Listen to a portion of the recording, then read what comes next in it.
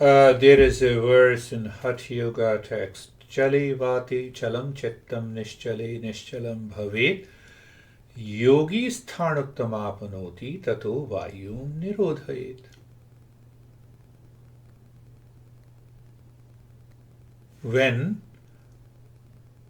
you regulate the prana, the mind is regulated. When the mind is regulated, prana is regulated. So now what is that intimate relationship between this energy, which we say the life force, and we say prana? Prana, the first unit of energy. Let us come to the topic directly. Aurobindo Beauty, Maharshi Aurobindo, the great master, explains beautifully. The desire is the impurity of prana in the mind. Now we always talk of desire, it is in the mind. So if you don't give the energy to that desire, the desire will dry up. And from where the energy comes? From the prana. And where the prana is located at that moment?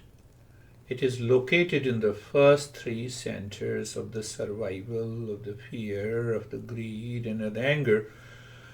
And other master says you need not to work on these three centers. Understand.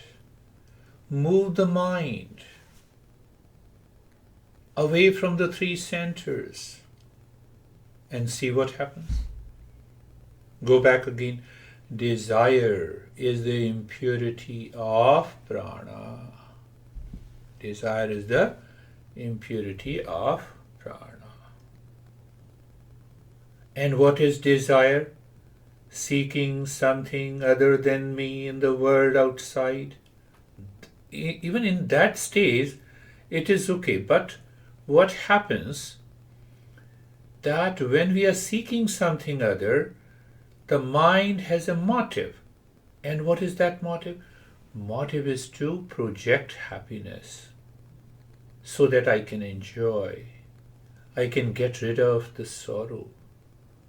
But now I'm projecting happiness in the world outside, either on the person or on the object or on the wealth. Happiness is not there.